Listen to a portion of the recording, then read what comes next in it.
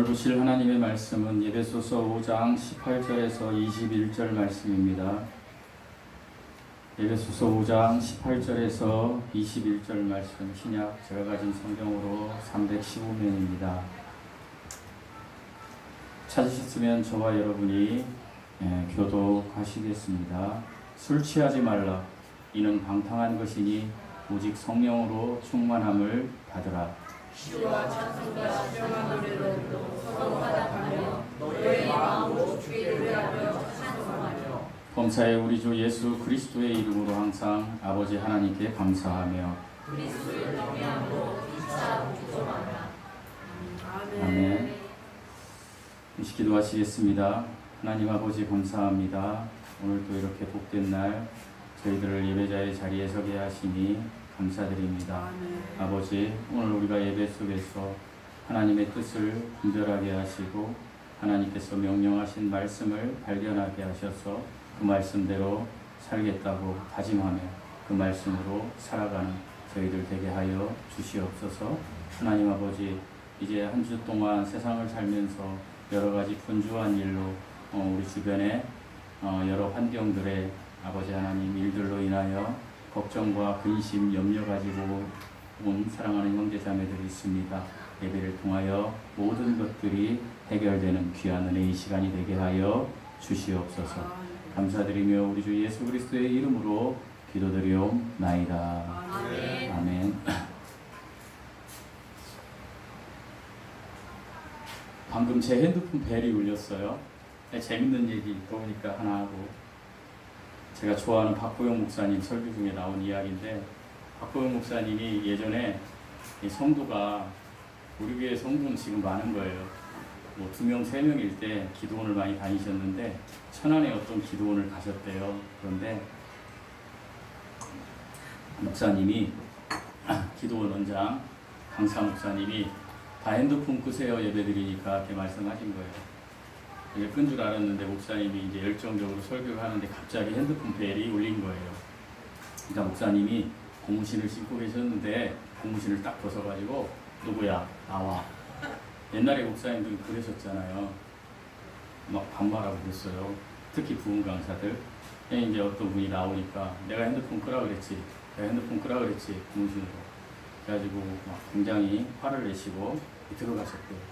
그래서 설교를 하나님께서 이렇게 딱 하는데 또 벨이 울리는 거예요.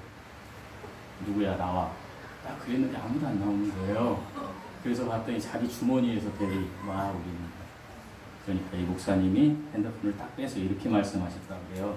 제가 이제 핸드폰 여기 있으면 하나님이세요? 잠깐 이따 전화드리겠습니다. 그랬다고. 제가 왜 이 얘기를 하냐면 우리 누구나 실수할 수 있어요. 우리는 누구나 살면서 온전하게 살 수 없어요. 그래서 이해하고 포용하고 모든 것은 하나님께 맡기며 나가는 것이 맞지 않은가 그런 생각이 들어서 방금 제가 핸드폰이 울리길래 준비하지 않은 이야기를 했습니다. 샬롬? 방금 우리가 묵상하신 본문을 포함해서 지난주에 나눴던 15절에서 21절까지 말씀은 지혜 있는 자가 되라. 그래서 지난 시간에는 세월을 아껴라. 하나님 앞에 계수되는 시간을 반드시 여러분이 살아야 된다 라고 제가 말씀드렸고요. 오늘 17절에서는 이렇게 말씀하십니다. 어리석은 자가 되지 말라. 그러면 어리석은 자가 되지 않는 것은 무엇인가? 오직 주의 뜻이 무엇인지 이해하는 사람이 어리석은 자가 아니다 라는 말씀이에요. 그러시면서 하나님께서 지혜 있는 주의 뜻이 무엇인가 이해하는 사람에 대해서 18절에서 21절까지 여기에 부담 가실 분들도 계신데 어쨌든 하나님이 말씀하시는 거니까 저는 그대로 전하겠습니다. 어떻게 해라? 하나님의 뜻을 분별하여 항상 감사함으로 피차 복종하며 서로 사랑해라. 이건 하나님의 명령이에요. 근데 하나님의 뜻을 분별해야 되는데 이런 사람이 지혜 있는 사람이다. 그래서 제가 오늘 제목은 지혜 있는 자가 되자, 지혜 있는 사람이 되자 라는 제목으로 말씀드릴 건데, 첫째로 하나님께서 지혜 있는 사람은, 하나님의 뜻을 분별하는 사람은 부담 가시는 분들이 분명히 계실 것입니다. 18절 읽어보시겠습니다. 18절 시작. 술 취하지 말라. 술 자유하지 않으신 분들이 계실 거예요. 술 취하지 말라. 술은요, 흔히 육신적인 기쁨과 만족을 위한 수단이에요.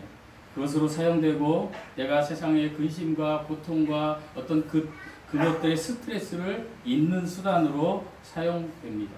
그런데 여기 성경 말씀에서는 술 취하지 말라. 이 술 취하는 것은 성도에게 합당한 것이 아니다 라고 하나님이 명령하세요. 그러니까 어떤 사람들이 이 에베소서 말씀을 가지고 이런 이야기를 합니다. 술 먹으면 되고 취하지만 않으면 되는 거 아니야? 이렇게 이야기하는 사람들이 많아요. 여러분, 그런데요, 우리 성경이 번역이 조금 잘못됐어요. 왜요? 원어 성경과 킹제임스 성경을 입각해서 보면 술 취하지 말라가 아니에요. 술 먹지 말라요. 술 먹지 말라요. 그래서 원어 성경은 포도주와 포도즙을 분별해 놨어요. 그러니까 술은 먹으면 안 되는 거예요. 왜냐? 술은 먹으면 반드시 취할 수밖에 없기 때문이에요. 그래서 하나님은 술 취하지 말라. 왜 술 취하지 말아야 됩니까, 하나님? 이렇게 우리가 반문한다면 술 취하는 것은 방탕한 것이다 라고 하나님께서 18절에 이야기해 주시고 있어요. 이는 방탕한 것이니, 술 취한다라는 것, 술을 취하면 방탕해진다. 아니, 조금 엄격하게 말씀드리면 술 마시면 반드시 방탕하게 된다. 이것이에요. 방탕하게 된다라는 것은 술 먹는 것에 거기에 방탕이 있다. 여러분, 술 먹는 것에 방탕이 있다. 이것이 하나님의 말씀이에요. 너는 술을 마시면 반드시 방탕하게 될 거야 라고 하나님께서 경고하시면서 네가 술을 마시면 6가지의 현상이 너에게서 나올 것이다. 그것을 잠언 23장에서 이렇게 말씀하셨어요. 너가 술을 먹으면 너에게 나오는 상태 반응이 뭐냐? 첫 번째, 재앙이 올 것이다. 여러분, 술 먹으면 재앙이 옵니다. 두 번째, 근심이 올 것이다. 세 번째, 분쟁이 올 것이다. 네 번째, 원망이 올 것이다. 다섯 번째, 까닭없는 상처가 날 것이다. 여섯 번째, 붉은 눈으로 변할 것이다. 그래서 잠언 23장 29절에서 31절 말씀에 이렇게 되어 있어요. 제가 방금 소개한 것으로 재앙이 네게 있느냐, 근심이 네게 있느냐, 분쟁이 네게 있느냐, 원망이 네게 있느냐, 까닭없는 상처가 네게 있느냐, 붉은 눈이 네게 있느냐, 술에 잠긴 자에게 있고 혼합한 술을 구하러 다니는 자에게 있느니라. 소맥 드시면 안 돼요. 포도주는 붉고 잔에서 번쩍이며 순하게 내려가나니 너는 그것을 보지도 말지어다. 그것이 마침내 뱀같이 물 것이요 내 눈에는 괴이한 것이 보일 것이요 내 마음은 구부러진 말을 할 것이니라. 동의하시죠? 술 드신 분들, 이게 하나님께서 이미 말씀하신 거예요. 저는 35년 직장 생활을 했어요. 그러니까 어떤 사람들이 그래요. 제가 목회한다니까, 목사님 어느 분위기에 가면 술도 한잔 하셔야 되잖아요. 아니요, 술 안 마셔요. 그냥 손해보면서 아예 안 마셔요. 아예 적대적인 분위기로 저는 안 마셨어요. 제가 자랑하는 것이 아니에요. 왜? 하나님의 말씀을 묵상하고 읽는 목사로서 이런 잠언 23장을 읽으면 술 마실 수 없어요. 신부님들은 술 마신다고요? 성경을 읽으면 술 마실 수 없어요. 하나님 앞에 절대로 그럴 수 없어요. 그렇기 때문에 안 마시는 거예요. 이 설교 오래 하면 마음에 상처가 되니까. 어쨌든 하나님이 술 취하지 말라고 말씀하십니다. 그리고 하나님은 구원받은 우리들에게 이제 에베소서 3장을 거쳐서 4장, 5장으로 온 우리들에게 이렇게 명령하십니다. 술 취하지는 말고 어떻게 해라? 성령 충만해라. 여러분, 성령 충만해야 됩니다. 그러면 제가 이 성령 충만한 이 상태로 가기 전에 성령을 받는 것에 대해서 제가 7가지 질문을 드리겠습니다. 7가지 질문을 드리는데 맞추시는 분들은 커피 쿠폰을 제가 보내드리도록 하겠습니다. 못 맞출 것 같아서요. 7가지 다. 자, 질문 7가지를 내겠습니다. 여러분, 성령을 주시는 분이 누구이십니까? 못 맞히셨어요? 아이고, 근데 그런 전략 때문에. 성부 하나님이십니다. 그러면 누구에게 성령을 주십니까? 잘 들으십시오. 누구에게 성령을 주십니까? 하나님께서. 그렇죠. 그리스도를 믿는 사람들에게 주십니다. 그러면 성령을 받는 방법은 무엇입니까? 믿음을 통해서 받습니다. 그러면 네 번째, 하나님은 누구를 통해서 성령을 부어주십니까? 목사를 통해서 부어주십니까? 제가 김명규 집사님 이리 나오세요 해가지고 제가 안수하면 성령이 옵니까? 사랑하는 성도 여러분, 잘 알아야 돼요. 하나님은 누구를 통해 성령을 부어주십니까? 예? 이제 모르시죠? 그러니까 적으세요. 그리고 꼭 외우세요. 예수 그리스도를 통해서만 주십니다. 여러분 세상에 있는 목사들이 다 나와 해가지고 뭐 이렇게 하는 거 그거 점쟁이나 똑같아요. 여러분 목사는요 성령을 줄 수가 없어요. 누구만이 성령을 줄 수 있어요? 예수 그리스도. 예수 그리스도를 통해서만 우리는 성령을 받을 수 있습니다. 그러면 언제 성령을 받습니까 여러분? 저와 여러분이 복음을 받아들이는 순간, 믿는 순간에 받는 거예요. 그러니까 맨날 뭐 순복음교회 가면 성령 받으라 아니에요. 에베소서 3장을 지났으면 성령 받으라는 이제 끝난 거예요. 왜요? 내가 복음을 받을 때 구원 받았을 때 성령이 내 안에 그다음 오늘 말씀드렸는데 어차피 큐 못 맞췄으니까 받은 거예요. 내가 여러분이 구원 받았을 때 성령을 받은 거예요. 그러면 성령은 어디에 계십니까? 그렇죠. 근데 7가지를 맞추셨어야 돼요. 7가지 맞추셔서 안 돼요. 내 안에 있는 거예요. 구원받은 성도 안에. 마지막으로 성령은 언제까지 거하십니까? 영원히. 영원히 거하십니다. 사랑하는 성도 여러분, 우리가 예수 그리스도를 만나서 성령이 내 안에 있으면 우리는 영원히 성령이 내 안에 있기 때문에 하나님의 나라가 이미 와 있는 거예요. 하나님의 나라를 우리는요 이제 이것을 로마서 12장으로 이 안에서 기쁨과 희락과 화평을 누리며 하나님 나라가 온전히 이루어지는데 그것이 안 되는 거죠. 왜요? 우리의 몸이 여전히 어떻게 세상의 죄에 밀착해 있기 때문에. 그래서 이게 100% 완성된 때가 언제라고 그랬어요? 우리가 영화받을 때, 다른 말로 휴거될 때. 우리가 휴거될 때, 우리가 몸이 새로운 몸을 입을 때 이 몸으로는 안 돼요. 저도 안 되고 여러분도 안 된다니까요. 하나님이 하지 말라는 것을 안 하는 건 좋지만 절대적으로 안 할 수는 없어요.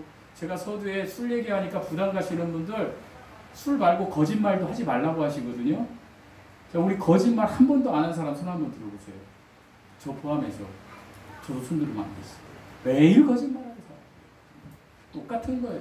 우리는 그런 성품을 가졌어요. 하지만 그럼에도 불구하고 하나님이 하지 말라고 했으니까 안 하는 거예요. 왜요? 내 안에 성령님이 계시기 때문에 우리는 이 성령님을 힘들게 하면 안 돼요. 성령님이 일하시게 해야 돼요. 이 성령을 하나님께서 우리에게 이렇게 7가지로 인치심을 주셨어요. 그래서 이 성령의 선물은요, 왜 주셨느냐? 서로를 섬기라고 주신 거예요. 여러분께서 교회 생활을 오래 하고 구원받은 후에 이렇게 이제 살아갑니다. 살아가는데 여러분이 성령 받았어요. 그래서 여러분이 성령 받았으면 하나님께서 여러분에게 왜 성령을 주었느냐라고 누군가가 물어본다면 서로 섬기라고 준 거예요. 여러분이 교회 경력이 높아지면 높아질수록 여러분은 섬기는 일에 성숙한 분들이 되어야 한다라는 거예요. 성령을 주신 이유는 뭐라고요? 서로 섬기라고 주신 거예요. 무엇으로 섬기라고 주신 걸까요? 사랑으로 섬기라고 주신 거예요. 21절 말씀해 보면. 그래서 자랑하는 게 아니에요. 목사님들이 특히 성령 받았다고 막 치유의 은사가 있다고 성령께서 막 내리신다고 막 이렇게 거들먹거리는 목사들이 있어요. 여러분 그거 점쟁이에요.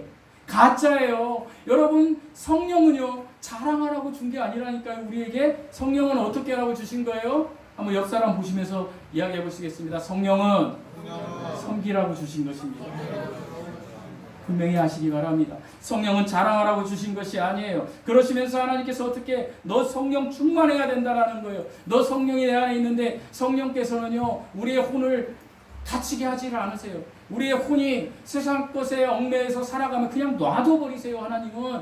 그래서 하나님은 우리에게 성령 충만해져야 된다라는 거예요. 여러분. 여러분이 구원받았다라면 더 이상 성령 받으실 필요 없어요. 이미 받으셨다니까요. 그러면 여러분은 그때부터 어떻게 해요? 성령 충만해져야 돼요. 성령 충만해져야 된다는 거예요. 하나님이 지금 우리에게 술 취하지 말고 성령 충만하라 이렇게 말씀하셨어요. 여러분 그리스도인은요 성령으로 충만해야 됩니다. 그리스도인은 성령으로 태어난 사람들이에요. 우리는 하나님의 영으로 태어난 사람이에요. 여러분 사람은요 데살로니가전서 5장 23절에 보면 사람은 무엇과 무엇으로 되어 있다 그랬어요. 영과 혼과 몸. 근데 우리 성경에 영혼이라는 번역이 많이 되어 있죠. 여러분 그거 틀린 거예요. 사실은. 아니 목사님 뭔데 함부로 그런 얘기를 하세요. 아니에요. 성경은요 그냥 원어 성경에는요 루아우, 레페시, 소마 이렇게 돼 있어요. 그러니까 뭐냐면 혼 영인데 우리나라가 중국 한자 성경을 번역하다 보니까 유일하게 전 세계에 대한민국하고 중국만 영혼으로 돼 있는 거예요, 여러분. 아니에요, 여러분. 뭘로 돼 있다고요? 영과 혼과 몸. 그러면 여러분 여기 영과 혼과 몸이, 영은요 하나님의 생명의 숨, 살아있는 숨이라고 말씀드렸어요. 그리고 하나님을 아는 기관이라고 말씀드렸어요. 혼은 나라고 말씀드렸어요. 몸도 나지만 육체적인 물질로 세상을 접촉하는 것이 몸이라고 제가 말씀드렸어요. 그러면 여러분 무엇이 구원받습니까? 요한복음 3장 3절에서 10절 말씀에 보면 하나님께서 무엇이 구원받는다고 여러분이 이거 잘 모르시더라고. 이렇게 얘기해줘도 영과 혼과 몸 중에 무엇이 구원받습니까? 예? 그렇죠. 영 이러잖아요. 이게 틀린 거라니까요, 여러분. 영으로 거듭나서 혼이 구원받는 거라니까요. 그리고 몸은 언제 구원받아요? 휴거될 때 구원받아요. 그러니까 혼과 몸이 구원받는데 지금 여기 계신 분들은 혼이 구원받은 거예요, 여러분. 몸은 아직 완벽하지 않아요. 그래서 몸은 언제? 우리가 죽어서 휴거하든 살아서 휴거하든 그때 완벽하게 휴거됐을 때 영화로운 몸으로 구원받는 거예요. 그래서 우리가 구원받은 뒤에 이렇게 살아가는 것을 성화의 과정이다. 그 다음에 영화의 과정은 어떻게? 몸이 새롭게 변화된다. 피가 없는 살과 뼈. 그리스도께서 부활하신 몸으로 우리가 이 3차원의 세계를 그냥 벽을 통과하는 몸, 그런 몸으로 여러분이 이제 됐을 때 우리는 100% 이제 구원받는 거예요. 그러니까 순서적으로 하면 영이 거듭나서 혼이 구원받는 거예요. 아멘이세요? 네. 잊지 마시기 바랍니다. 그래서 우리는 성령으로 다시 태어난 사람이에요. 그러니까 하나님께서는 사람들에게 이렇게 얘기해. 너희가 육신으로 한번 태어난 이 엄마 뱃속에서, 엄마 양수 속에서 육신으로 태어났다면 반드시 너는 이 땅에 살면서 다시 한번 태어나야 한다. 뭘로? 성령으로 다시 태어나야 한다. 성령으로 거듭나야 된다. 그래야 너의 혼이 구원받는다. 그렇다. 에베소 3장까지 우리가 이렇게 이제 우리가 혼이 구원받았어요. 그러면 너의 혼이 어떻게 성령 충만해져서 죄를 대적하며 죄를 제거하며 살아가야 한다. 그 얘기를 지금 계속해서 하시는 거예요. 4장, 5장, 6장까지. 그러시면서 오늘은 술 취하지 말고 성령 충만해라. 이게 하나님의 뜻이란다. 그런데 성령 충만하려면 여러분, 저와 여러분이 어떻게 해야 할까요? 성령 충만하려면, 해지려면 우리는요, 하나님의 말씀을 내 안에 충만하게 채워야 돼요. 여러분, 하나님의 말씀을 충만하게 채우면 우리가 성령 충만해질 수 있습니다. 여러분, 우리가 맨정신으로 있다가 술을 많이 넣으면 뭘로 충만해집니까? 술로 충만해집니다. 술로 충만해지면 어떻게 됩니까? 대담해집니다. 과격해집니다. 활발. 특히 평상시 수는 사람들이 더 과격해져요. 막 속에 있는 게 다 나옵니다. 성령 충만해져도 그렇습니다. 우리가 하나님의 말씀을 막 우리의 생각 속에 넣으면 어떻게 되는지 아세요? 성령 충만해져서 담대해져요. 그래서 우리가 복음을 막 전하는 거예요. 그래서 술 취한 사람하고 성령 충만한 사람하고의 그 공통점을 비교한 게 인터넷에 있어요. 그것까지는 제가 얘기 안 할게요. 거의 흡사해요. 대담해진다. 얼굴빛, 눈동자가 변한다. 근데 하나는 죽는 쪽으로 변하고 하나는 살아있는 쪽으로 변하는 거예요. 그래서 우리는 하나님께서 성령 충만해져라 얘기하는 거예요.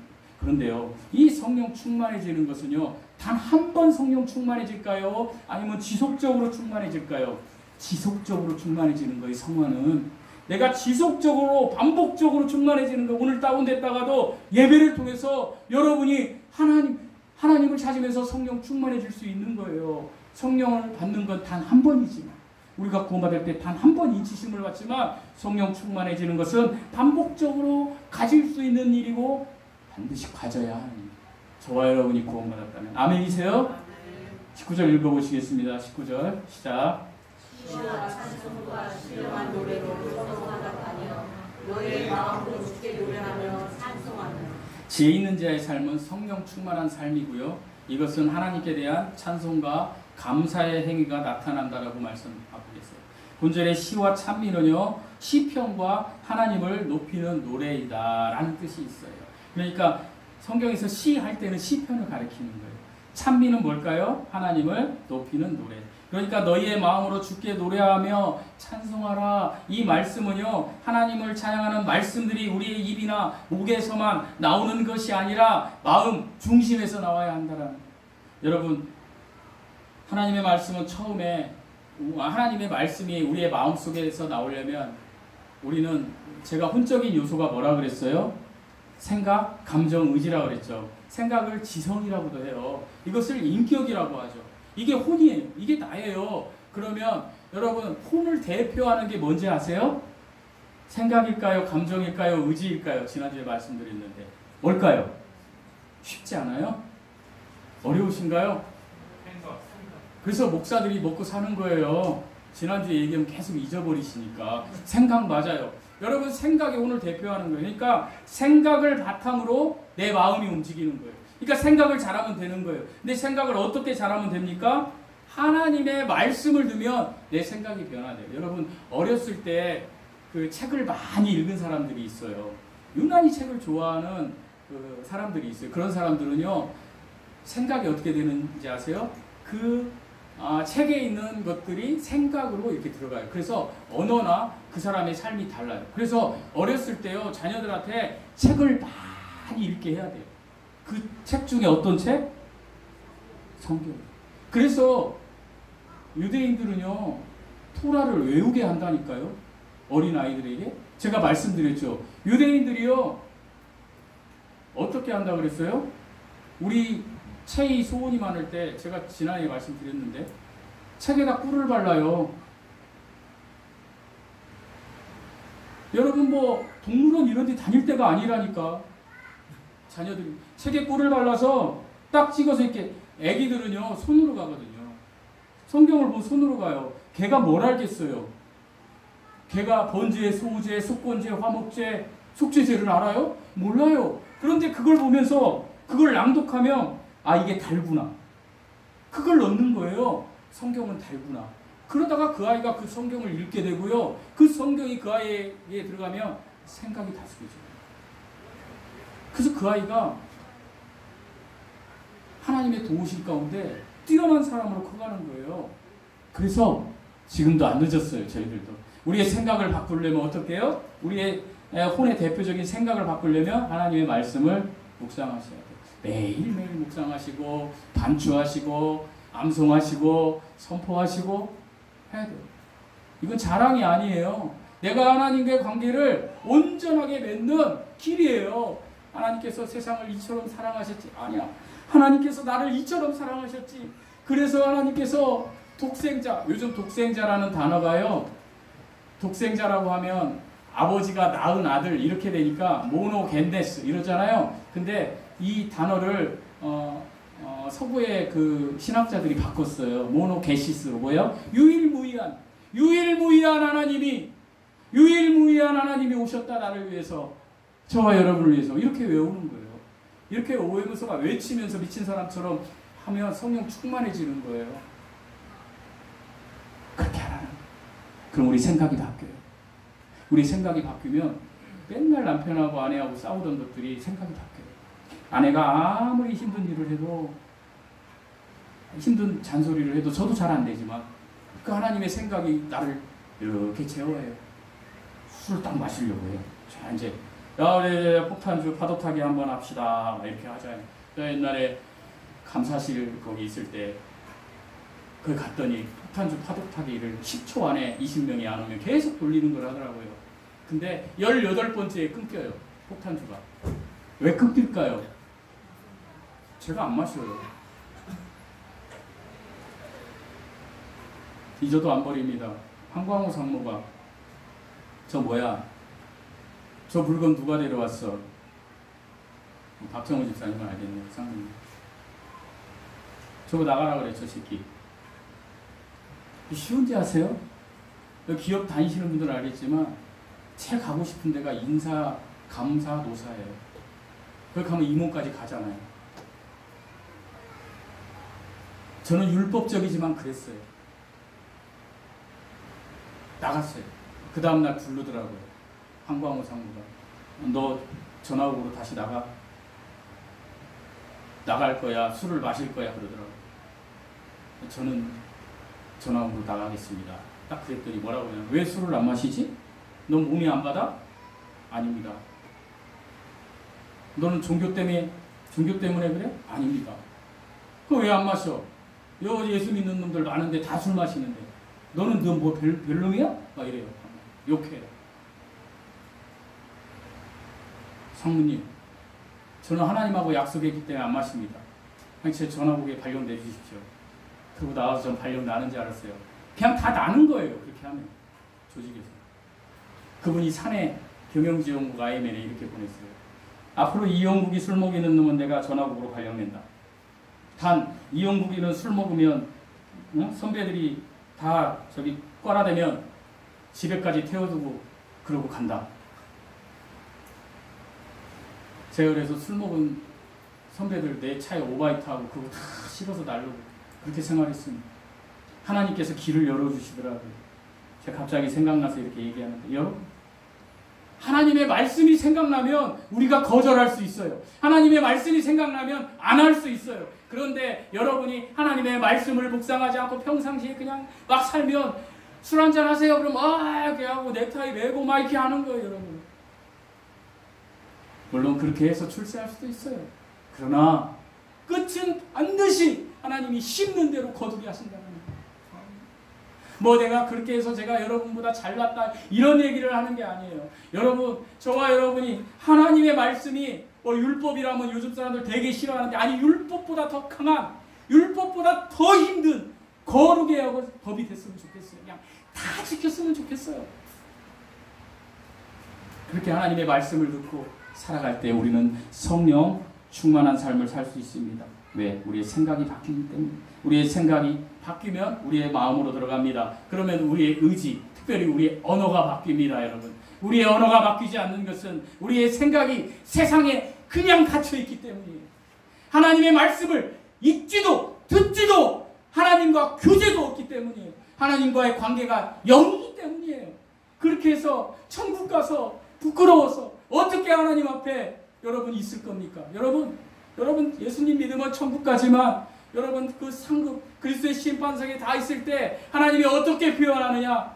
이영국, 너는 정말로 내가 보니까 너는 맨날 싸우고 이놈아 너는 그렇게 살았어. 그러면 그 거룩한 성도들이 볼 때 나는 벌거벗겨진 몸처럼 보인다. 여러분, 제가 지금 여러분이 이렇게 있는데 설교하는데 벌거벗겨졌다가 얼마나 창피하겠어요. 여러분, 어디를 가릴까요? 어디를? 생각해보세요. 하나님의 말씀을 우리가 마음에 들면 그렇게 생각이 바뀐다는 거예요. 그러면 여러분 반드시 하나님이 여러분에게 복 주십니다. 성령 충만케 한번 살아보세요. 반드시 복 주십니다. 아멘이십니까? 아멘이 적습니다. 아멘이십니까? 결단하시기 바랍니다. 둘째로, 지혜 있는 사람은 모든 일에 감사하는 사람입니다. 우리 20절 말씀 읽어보시겠습니다. 20절 시작.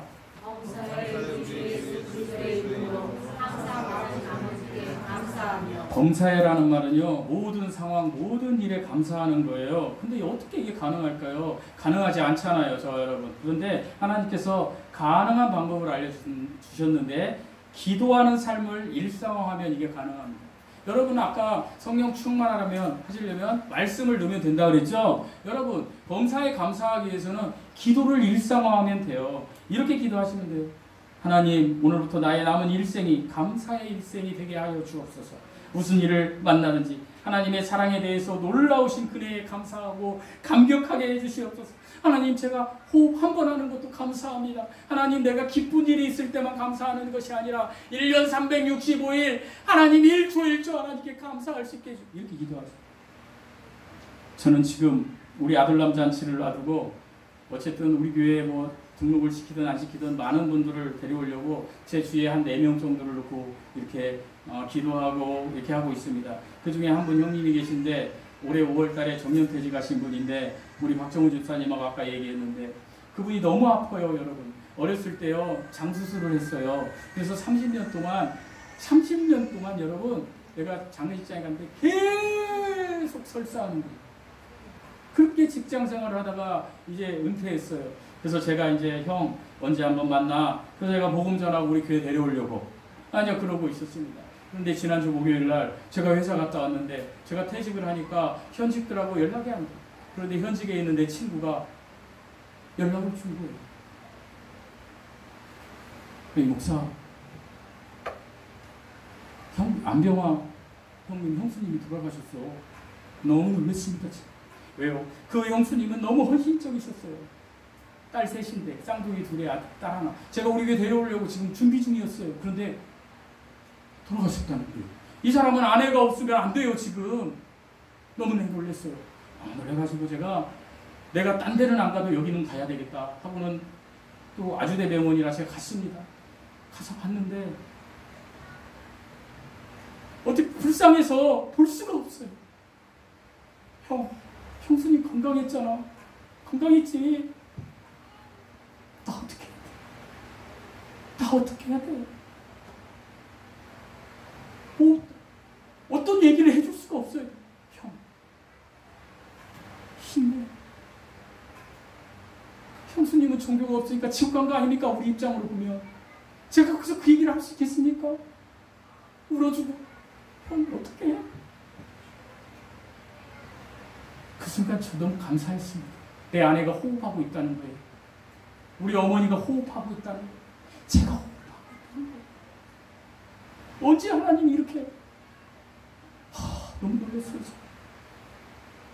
여러분 감사합시다. 아멘. 감사해야 돼요. 당연한 건 없어요. 우리 지금 숨쉬는 거 당연한 게 아니에요.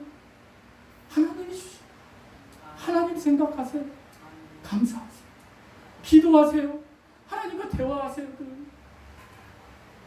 이 감사의 인생을 살아가신 한 분을 소개하면서 말씀을 마치고자 합니다. 1956년에 태어난 분입니다. 이분은 4살 때 넘어져서 시신경을 다쳤어요. 그래서 앞이 보이지 않아요. 앞이 보이지 않으니까 어떻게 돼요? 이분이 이제 근데 집이 부유하면 좋은데 집도 가난해. 집도 가난하고 앞도 보이지 않아. 4살 때부터. 우리 강현이가 4살인가요? 하여간 5살인가? 죄송합니다. 하여간 강현이 많을 때부터 사고로 눈이 아프고 가난해. 그런데요, 7살, 8살 되면 학교를 가야 되는데 학교를 갈 수가 없어요. 그래서 11살에 학교를 가는 거예요. 초등학교 나름 친구들은 4학년인데 안 보이니까 11살에 학교를 들어가게 됩니다. 그런데 이분이요, 그 학교를 들어갔는데 그 시골에서 어떤 선생님이 주일학교로 오라고 앞도 안 보이는 애한테 예수님은 살아계시단다. 이시가 예수님은 살아계셔. 예수님은 너를 사랑하셔. 매일 굶고 앞도 안 보이는 어린애한테, 학교도 안 들어가는 어린애한테 이시가 하나님이 너를 사랑하셔. 감사해야지. 여러분 이게 말이 됩니까? 저와 여러분은 눈은 보이잖아요. 눈 한번 감아보세요. 그리고 이따 집에 한번 가보세요. 감사한 마음이 나오겠습니까? 그런데 이 어린애가 그 선생님이 한 말씀을 붙잡은 거예요. 마음에. 제가 오늘 설교 중에 여러분에게 선포하는 것을 하나라도 붙잡으면 여러분 인생이 바뀔 것입니다. 그 아이가요 붙잡았어요. 나는 감사해야지 하나님 앞에. 그래 늘 감사하는 거예요. 근데 이 11살짜리가 초등학교 1학년을 다니면서 하나님 감사합니다. 하나님 감사합니다. 그런데 이 아이가 14살이 됐을 때 어느 날 픽 하고 쓰러집니다. 피를 토하고 쓰러져서 이제 병원에 가보니까 지금은 다 살립니다. 저희 어머니도 작년에 폐혈증, 폐렴 왔는데 살리더라. 옛날에는 다 죽었어요. 폐결핵 말기네. 학생은 6개월이면 죽어. 15살짜리 초등학교 4학년, 다른 애로 비하면 중학교 2학년이어야 되는데 15살짜리한테 그 의사 선생님이 하는 말이 너 6개월 안에 죽는단다. 너 고칠 수가 없어. 그런데 그 아이가 그때부터 어떻게 사는지 아십니까? 하나님, 매일 기도하는 거예요. 할 일이 없어요. 학교도 이제 못 가. 매일 기도하는 거. 하나님 저 살려주시면, 하나님 나를 살려주시면 내가 정말 하나님을 위해 살겠습니다. 나를 살려주세요 하나님. 그런데 6개월이 지나도 안 죽는 거예요. 1년이 지나도 안 죽네. 2년이 지나도 안 죽고 3년이 지나도 안 죽고 4년이 지나도 안 죽는 거예요. 그래서 이 아이가 이제 4년이 지났는데 21 이제 지났을 때 병원에 갑니다. 깨끗이다. 그래서 이 사람이 이제 결단을 합니다. 나는 앞으로 남은 인생은 내가 이 체험을 했으니 더 감사하면서 살으리라 하나님. 하나님 나는 더 감사하면서 살겠습니다. 그래서 고등학교 2학년 때 21살이 되던 때에 이 사람이 이제 결단을 합니다. 나는 이제 대한민국의 최초의 사람이 되리라. 어떤 최초의 사람? 신문 배달원이 되리라. 앞에 안 보이는 분이 신문 배달 최초의 사람이 되리라. 결단을 하고 동네에 이제 신문 보급소를 찾아갑니다. 소장님한테 얘기합니다. 소장님, 저 신문을 한번 돌려보고 싶습니다. 그러니까 소장이 뭐라고 했을까요? 여러분이 소장이 뭐라고 하겠습니까? 아이고, 앞도 안 보이는데 그냥 가. 응, 안 돼. 보냅니다. 다음날 또 갑니다. 제발 한 번만 써주세요. 저 월급 달라는 거 아니에요. 저 이거 한번 해보고 싶어요, 아르바이트로. 우리 하나님, 저 하나님 믿는데 하나님이 할 수 있다고 하셨어요. 한 번만 써주세요. 생각해보세요. 앞도 안 보이는데 여러분 눈 감고 여기 앞에 불고기집 가가지고 신문 배달 하나 해보세요. 못하잖아요. 일주일을 쫓아다닙니다. 쫄르고 쫄릅니다. 소장이 질려버린 거예요. 소장이 질려버리니까 그랬어. 그러면 한번 돌려봐. 야, 돌려보고 안 되면 그만두는 거야. 그리고 소장이 총무를 붙여줍니다. 그래서 총무를 이제 따라서 신문을 이제 소장이 못하게 하려고 150부를 돌리게 합니다. 첫날. 근데 이 150부가 어떤 사람들이냐? 그 동네에서 신문 그만 보겠다고 한 사람들. 야, 지겨우니까 신문 듣지 마세요 한 사람들 150명을 선정해서 총무와 함께 이제 신문을 돌리러 갑니다. 이제 총무가 이 집이 1번이야, 이 집이 2번이야, 이 집이 3번이야. 그거 갈 때 이분이 기도합니다. 하나님 앞에. 하나님, 저에게 지혜를 주셔서 내가 1번, 2번, 3번, 150번 갈 때까지 하나님 잊지 않게 해주세요. 잊지 않게. 여기를. 다음날 잘할 수 있겠어? 소장이. 예, 제가 한번 해보겠습니다. 그리고 돌립니다. 단 한 집도 실수 없이 돌리고 옵니다. 하나님의 은혜가 아니고 뭐겠습니까? 그런데 여러분, 단 한 집도 실수하지 않고 돌린 걸 어떻게 알 수 있을까요? 소장님이 혹시 실수할까봐 총무를 뒤 따라가면서 보라고 했습니다. 그러니까 전날 돌려주던 총무가 뒤 따라가면서 본 겁니다. 이분이 이제 감격하는 거예요. 이 소장, 이 아이를, 이 청년이죠. 그분도 예수를 믿게 전도한 거예요. 그리고 신문 보급소에 신문을 봉사가 이 시각장애인이 신문을 돌린다는 얘기를 들으니까 그 150부 취소하겠다고 한 사람들이 전부 다 어떻게 해요? 그냥 보겠다고. 그리고 동네에서 어떻게 나도 신문 보겠다. 그래서 이 부스가 늘어난 거예요. 그래서 이분이 언론에 나오고 대대적으로 어필돼요. 1956년에 지금 70살 되신 신인식 목사님의 실화예요. 이 신인식 목사님이 책을 썼어요. 다음에 제가 원하시는 분들은 사서 줄게요. 꿈꾸는 자의 무한도전이라는 책을 지었어요.